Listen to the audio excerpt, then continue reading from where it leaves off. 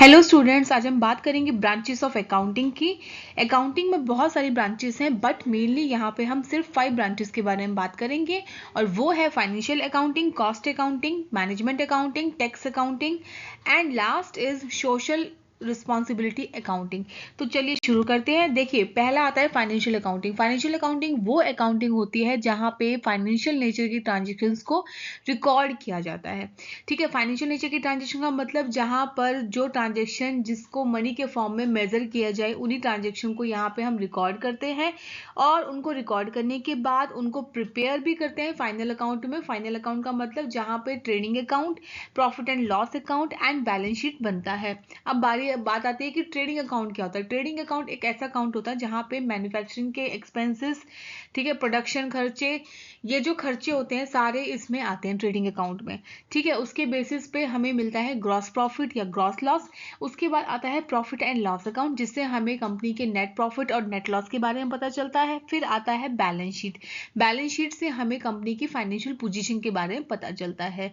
तो after recording all the business transaction into account, हम क्या करते हैं, उसके बाद फाइनल अकाउंट को रेडी करते हैं।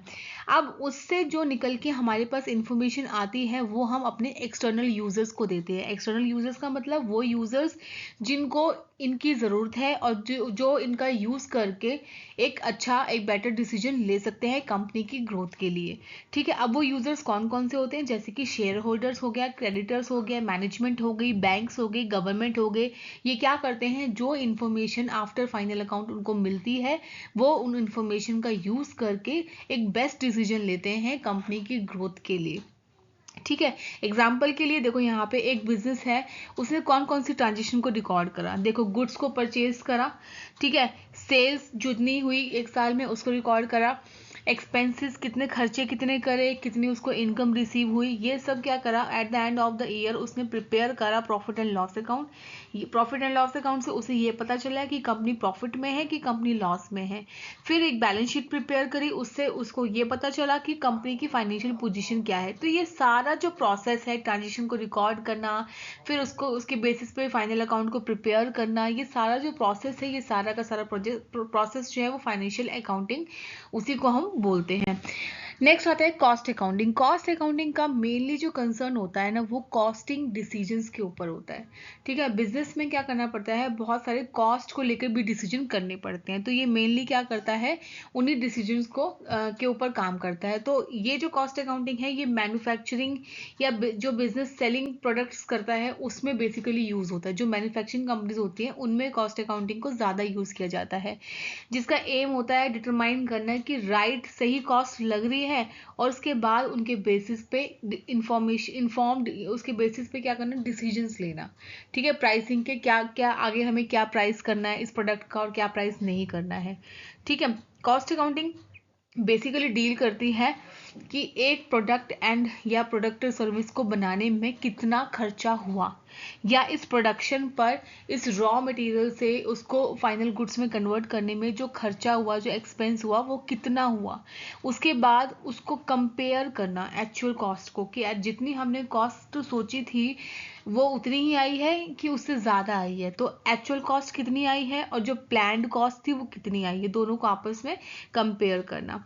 उसके बाद जो कॉस्ट का डेटा है ना, वो प्रोवाइड करना मैनेजमेंट को, ताकि वो डिसीजन ले सके। तो ये मैनेजमेंट को भी हेल्प करता है कि कहाँ पे मनी खर्च करनी है और कहाँ पे जो कॉस्ट है उसको हम कहाँ पे बचा सकते हैं। ठीक है, सिर्फ यहाँ पे ये नहीं देखना कि हमें कॉस्ट कितनी लग रही है, बल्कि हमें ये भी देखना है कि जहाँ पे कॉस्ट हमारी कम से कम लग सके, यानी कि जहाँ पे कॉस्ट कंट्रोल हो सके, वो भी चीज़ हमें एनालाइज करनी है इसके अंदर।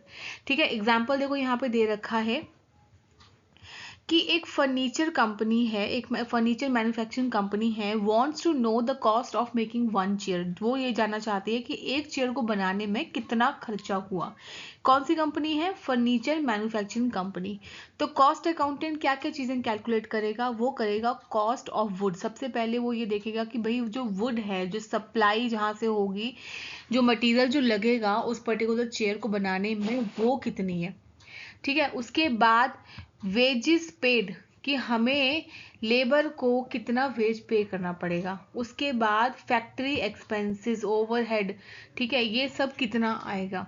फिर टोटल कॉस्ट कैसे निकल के आएगी, टोटल कॉस्ट निकल के आएगी material plus labour plus overhead, तीनों को हम ऐड करेंगे तो सारी निकल के आएगी मेरी टोटल कॉस्ट कितनी है। ठीक है, तो ये इन्फॉर्मेशन हमें मैनेजमेंट को देनी होती है और फिर उसके बाद मैनेजमेंट क्या करेगी, उसका जो प्राइस है वो फिक्स करेगी कि मार्केट में उसको कितना प्राइस हमें रखना है मार्केट में उस पर्टिकुलर चेयर को बेचने के लिए। और क्या करती है, ये जो अननेसेसरी एक्सपेंसेस होते हैं उनको भी कंट्रोल करने का पूरा काम करती है। तो ये जो प्रोसेस है पूरी की पूरी ये कॉस्ट अकाउंटिंग है। ठीक है, जिसमें हम कॉस्ट को देखते हैं कि कॉस्ट कितनी लग रही है, उसको कंपेयर करते हैं और उसके बाद उन सबको एनालाइज करते हैं और कॉस्ट को कंट्रोल करने का काम भी इसमें हम करते हैं। नेक्स्ट आता है मैनेजमेंट अकाउंटिंग। मैनेजमेंट अकाउंटिंग क्या होती है, मैनेजमेंट अकाउंटिंग एक ऐसी अकाउंटिंग होती है जो बेसिकली डील करती है उस अकाउंटिंग के साथ जिसके अंदर मैनेजमेंट क्या करता है, बहुत सारे डिसीजंस लेता है। ठीक है, it is useful to management for decision making, planning, controlling business activities। जो भी बिजनेस में एक्टिविटीज हो रही है ना, उनको कैसे प्लान करना है, उन्हें कैसे कंट्रोल करना है, उनके ऊपर कैसे डिसीजंस लेना है, तो ये कौन करता है, मैनेजमेंट अकाउंटिंग। यानी कि जो टॉप लेवल के जितने भी पर्सन इन्वॉल्व हैं, जैसे कि हमारे सीईओ, बीओडीज हैं, ठीक है, ये सब क्या है, ये सारी बिजनेस एक्टिविटीज को कंट्रोल करने का, प्लान करने का और उनके ऊपर डिसीजन लेने का काम करते हैं। तो मैनेजमेंट अकाउंटिंग प्रोवाइड करता है यूजफुल अकाउंटिंग इन्फॉर्मेशन मैनेजमेंट को, जिसके बेसिस पर मैनेजमेंट क्या करता है, फ्यूचर में जो जो एक्टिविटीज होने वाली है उसके ऊपर प्लान करती है, करेक्ट डिसीजन लेती है और बिजनेस ऑपरेशंस को कंट्रोल करने का काम भी करती है। एग्जाम्पल के लिए देखिए यहाँ पे क्या लिखा हुआ है कि एक कंपनी है वो शूज प्रोड्यूस करती है, शूज बनाती है, देन मैनेजमेंट अकाउंटिंग प्रिपेयर करेगा कॉस्ट ऑफ प्रोडक्शन पर पेयर। ठीक है, शूज की जो है कितनी कॉस्ट आ रही है, अगर हम प्रोडक्शन कर रहे हैं उसका तो कितनी कॉस्ट आ रही है, उसके बाद उसके बेसिस पर बजटेड सेल, कितना हमारा बजट है, कितना हमें प्रॉफिट हुआ, हमारा ब्रेक इवन पॉइंट क्या है, ये सारी इंफॉर्मेशन यूज करके मैनेजर क्या करता है, डिसाइड करता है कि क्या उसे प्रोडक्शन इंक्रीज करना है, क्या उसको कॉस्ट रिड्यूस करनी है, क्या उसको सेलिंग प्राइस में चेंज करना है। तो ये अकाउंटिंग इंफॉर्मेशन हेल्प करती है मैनेजमेंट को कि वो डिसीजन ले सके इसके बेसिस पर। तो मैनेजमेंट अकाउंटिंग का मतलब सीधा का सीधा मतलब है जो भी बिजनेस एक्टिविटीज हो रही हैं उनके बेसिस पर डिसीजन लेना, प्लान करना, कंट्रोल करना। जहां पे पैसा बचाना है वहां पे पैसा बचाना भी है, जहां पे लगता है कि प्रॉफिट हो रहा है, प्रोडक्शन को इंक्रीज करना है, वो भी इंक्रीज करना है।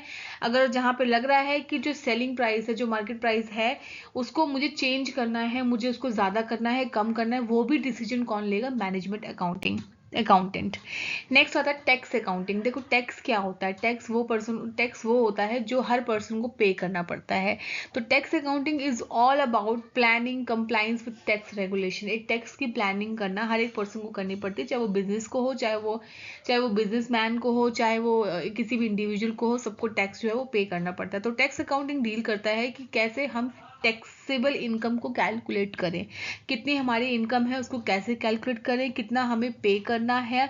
ठीक है, ये रूल को फॉलो करता है इनकम टैक्स एक्ट को, नॉट अकाउंटिंग स्टैंडर्ड्स को। ये इनकम टैक्स एक्ट के रूल को फॉलो करता है, ना कि अकाउंटिंग स्टैंडर्ड को। तो मेनली यूज होता है to correct payment of tax to the government. ये बेसिकली किस लिए यूज हो रहा है कि ताकि हम गवर्नमेंट को राइट या करेक्ट पेमेंट करें टैक्स की, हम उसमें किसी तरह का कुछ भी ऐसा ना करें जिससे कि हमें हमारे बिजनेस की एक्टिविटीज परफॉर्म होने में हमें आगे प्रॉब्लम हो। एग्जाम्पल के लिए देखो एक फर्म है, ठीक है, वो शो करती है अपना profit 5 lakh rupees in its profit and loss account. 5 lakh रुपए प्रॉफिट एंड लॉस अकाउंट में वो अपना प्रॉफिट शो करती है। एज पर इनकम टैक्स रूल के अकॉर्डिंग क्या है, certain expenses are not allowed. ये एक्सपेंसेस कौन कौन से एक्सपेंसेस अलाउड नहीं है, जैसे कि personal expenses, income tax paid, ठीक है, सम इनकम में भी टैक्स फ्री, कुछ इनकम टैक्स फ्री हो सकती है। After adjustment taxable income becomes 5,40,000, क्योंकि जो 40,000 है ना, ये जो है ये इसका लग गया टैक्स। तो calculation of taxable income and tax payable according to tax laws is called tax accounting. ठीक है, टैक्स को कैलकुलेट करना, टैक्स के ऊपर डिटरमाइन करना है कि मुझे कितना टैक्स देना है, कितना मैंने प्रॉफिट एंड लॉस में दिखाया, उसके बाद मेरी कितना मुझे टैक्स आगे देना पड़ा। तो ये सारी जो कैलकुलेशन है ये सारी टैक्स अकाउंटिंग में आती है। देखो दो तरह के टैक्स होते हैं, डायरेक्ट टैक्स और इनडायरेक्ट टैक्स। डायरेक्ट टैक्स वो टैक्स होता है जो कि डायरेक्टली किसी पर्सन को पे करना पड़ता है, जैसे कि इनकम टैक्स हो गया, ठीक है।